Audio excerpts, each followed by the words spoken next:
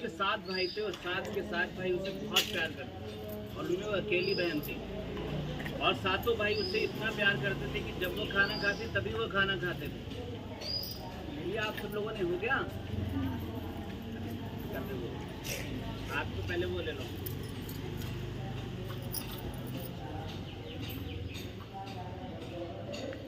उसको भी दे देना।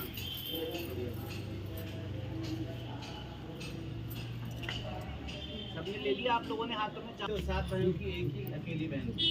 7 भाई उसे इतना प्यार करते थे कि वे जब खाना खाती उसके बाद ही खाना खाते और जब खाना खाते उसके बाद ही वे सब कार्य करते थे जो भी अपने बहन के लिए कार्य करना होता था, कहते हैं। और इसी तरह वह 7 भाइयों के प्यार में धीरे धीरे बड़ी होने लगी। और एक समय ऐसा है कि विवाह की योग्य हो गई।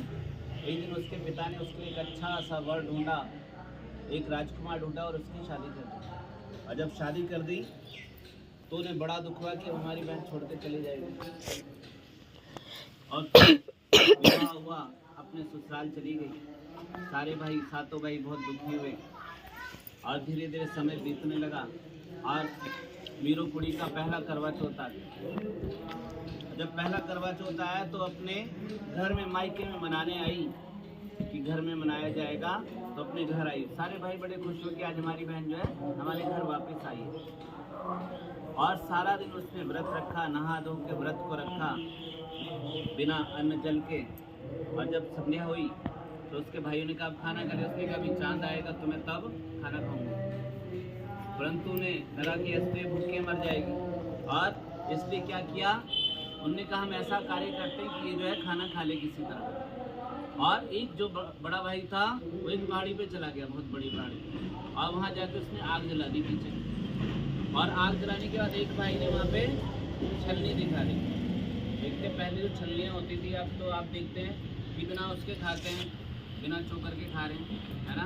तो आपके जो डाइट भी खत्म हो गई, खराब हो गई। तो पहले छान के खाते थे, तो जो छन्ने का होता था वो चोकर भी अच्छा होता था। तो कैसी आती थी छलनी? गोल आती थी। तो उस छन्नी को जब आप लगाएं तो आप देखिए गोल दिखते हैं। तो उसने गोल वहाँ लगाया तो पीछे से रोशनी आई जो चंद्रमा की तरह लगने लगी। और 2 भाई उसके पास पहुँचे अपनी बहन के और जाकर कहने के देखो बहन, तुम्हारा चांद निकल आया है, अब तुम अर्घ दे लो और खाना खा लो। तो उससे अच्छा लगा, उसने कहा चांद निकल आया। अपनी भाभी के पास पहुँची कि भाभी चांद निकल आया, आप भी अर्घ दे लो। तो उसने कहा तेरे भाई तुझे धोखा दे रहे हैं, कोई चांद नहीं निकला अभी, तू खाना ना खा ले, इसलिए तेरे भाई तुझे धोखा दे रहे हैं, कोई चांद नहीं निकला। तो उसने कहा देखो चांद सामने, उसने चांद नहीं है, चोर है। परंतु फिर भी उसने कहा अपने भाइयों पर भरोसा किया। रोती बिलखती उस स्थान पर पहुंची, अपने राजा के महल पहुंची, देखा राजा का सारा जो शरीर था सुइयों से भरा हुआ था और बेहोश पड़ा राजा एक स्थान पे। उसकी सेवा करने लगी, दुहाई देने लगी, ये क्या हो गया मेरे साथ, ऐसा क्यों? तब उससे पता लगा हाँ मेरे भाइयों ने मेरे साथ धोखा किया था। तो कहा अगली बार जब भी व्रत हो तो सभी की सेवा करते रहना, बड़ों के चरण छूना, बड़ों की सेवा करना, साफ सफाई रखना और आशीर्वाद लेना सभी से, तो तेरा जो है स्वाद दोबारा वापस आ जाएगा। और इसका अर्थ क्या होता था कि चरण छूना, किसी के चरण छूने का अर्थ है, चरण कहाँ छूते हैं? पैरों के नीचे जो पैर होते हैं वहाँ पे चरण छूते जाते हैं। आजकल हम लोग देखते हैं कहाँ छूते हैं, हम लोग घुटने छूते हैं, है ना। आप लोग तो फिर भी सारे नीचे बैठे, अभी जहाँ मैं कतराने गया था वहाँ पे 10 से 15 सब मूढ़े पे बैठे थे, कोई कुर्सी पे बैठा था। क्यों? क्योंकि सबके घुटने दर्द हैं। तो इसलिए जैसे ही आप चरण छूते तो आपको आशीर्वाद मिलता है। आपका दुश्मन भी होगा तो आशीर्वाद ही देगा, आशीर्वाद के अलावा कुछ नहीं देगा। तो इसलिए जब चरण आप छूते हैं तो उसकी एनर्जी तो मिलती है। तो उसने कहा आप ऐसे सभी की पूजा करना और आशीर्वाद लेना, देखना तेरा पति सही हो जाएगा। और धीरे धीरे उसके अपने पति की सुइयाँ निकालती रही। एक समय ऐसा है, अगला करवा चौथ आ गया, अपने पति की सुइयाँ निकाली थी, 5-6 सुई रह गई थी। अपनी दासी को बुलाया और बोला कि मैं नीचे जा रही हूँ कड़वा लेने, और जैसे मैं कड़वा लेके ऊपर आऊँ तो किसी ने सोचा चलो मैं निकाल देती हूँ, और वह सुइयाँ निकाल दी। जब सुइयाँ निकाल दी तो राजा राम राम कहता हुआ खड़ा हुआ। बोलो विष्णु भगवान की। तो कहते हैं जब वो उठ खड़ा हुआ तो उसने 1 साल हो गए थे उसे पड़े पड़े, तो उसने किसी को देखा ही नहीं था, पता ही नहीं था कौन सी पत्नी है।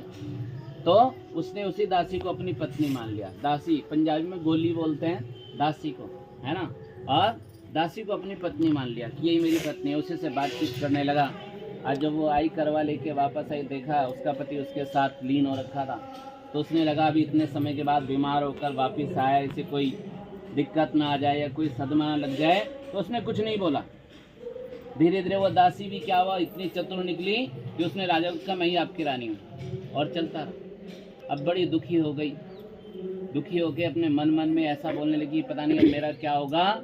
और एक ही शब्द बोलने लगी, जो रानी सी वो गोली बन गई, जो गोली सी वो रानी बन गई। यानी जो दासी थी वो रानी बन गई, और जो रानी थी वो दासी बन गई। अब राजा देखता उसे सोचता पता नहीं क्या बोलती रहती है।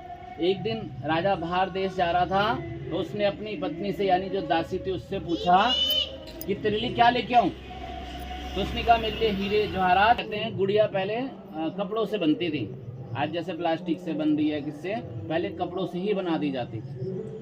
तो राजा जब बाहर देश गया, काफी समय के बाद वापिस आया, तो रानी जो दासी थी उसके लिए तो हीरे जवाहरात लाया, और उसके लिए गुड़िया लेके आया, पटोले लेके। अब जब वो काम निपटा लेती तो उसके बाद उससे बात करने लगती जो गुड़िया थी, कि जो रानी सी वो गोली बन गई, जो गोली सी वो रानी बन गई।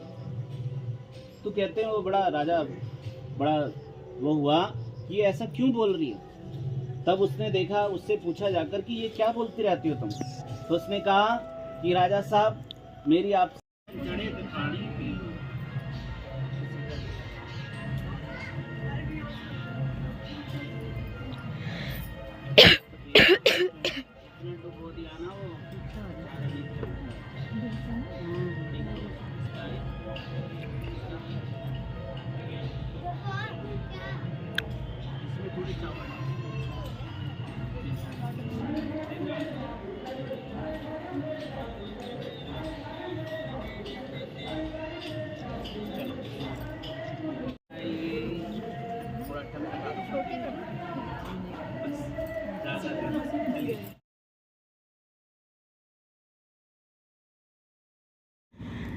कितनी बार टीका लगाओगे?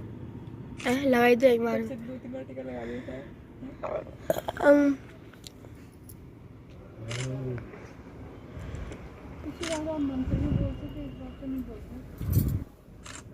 आशीर्वाद कौन देगा पापा? मैं?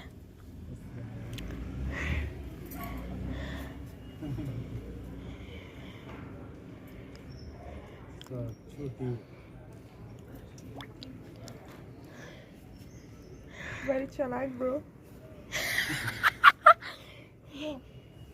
ठंडी हो गई, ठंडी हो गई।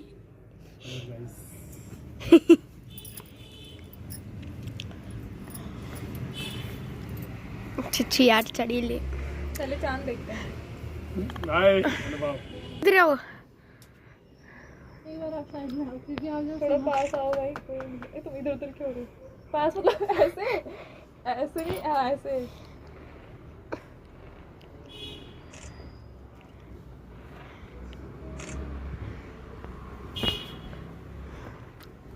पटाखे फोड़ रहे हैं लोग, बताओ मेरे बच्चा में कोई बात है? वीडियो बना ये पसंद नहीं, वीडियो डिलीट कर दूंगा। आप ये लो ना, क्या करूँ इसका? ब्लास्ट कर दो। छिलना था ना पहले, ऐसे वैसे फूटे।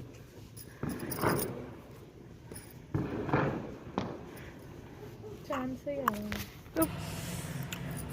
चले थे जगन्नाथ चले रे। दो हाथ से देते हैं कि हाथ से देते हैं?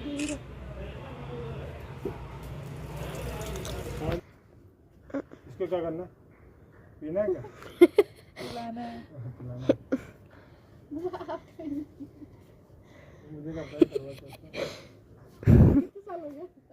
दूसरी बार कर रहे हो तुम लोग, कर तो ऐसे क्यों पिला रहे हो? जूठा लगा के पिला सकते हैं।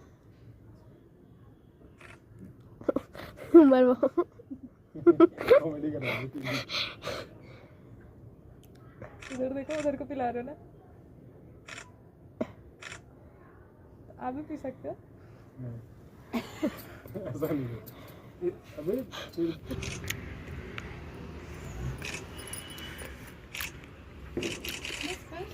चाहिए। अभी थोड़ा सा आई दिख रहा है ना क्या?